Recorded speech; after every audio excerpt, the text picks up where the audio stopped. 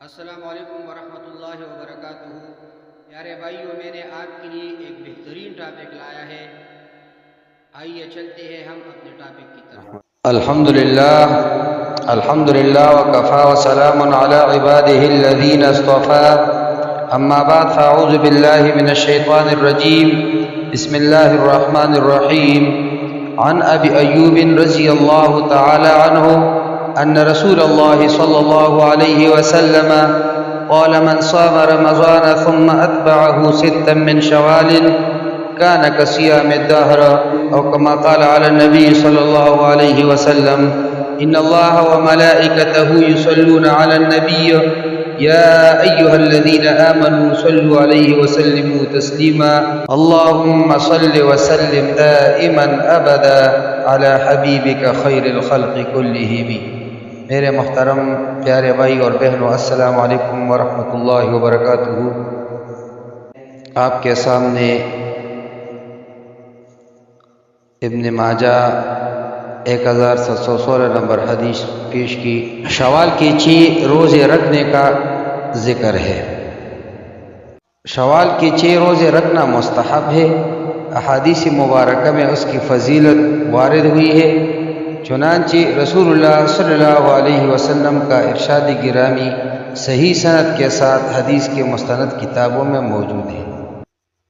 رسول اللہ صلی اللہ علیہ وسلم نے اس حدیث میں رمضان کے ساتھ شوال کے ماہ میں 6 روزے رکھنے کا ذکر کیا ہے۔ اس کی وجہ یہ ہے کہ قرآن کریم کے وعدہ کے مطابق ہر نیکی کا بدلہ کم از کم 10 گنا ملتا ہے۔ گویا رمضان المبارک کے 1 ماہ کے روزے 10 ماہ کے روزوں کے برابر ہوئے، اور شوال کے 6 روزے 60 روزوں کے برابر ہوئے، جو 2 ماہ کی مساوی ہے۔ اس طرح رمضان کے ساتھ شوال کے روزے رکھنے والا گویا پورے سال روزہ رکھنے والا ہو جاتا ہے۔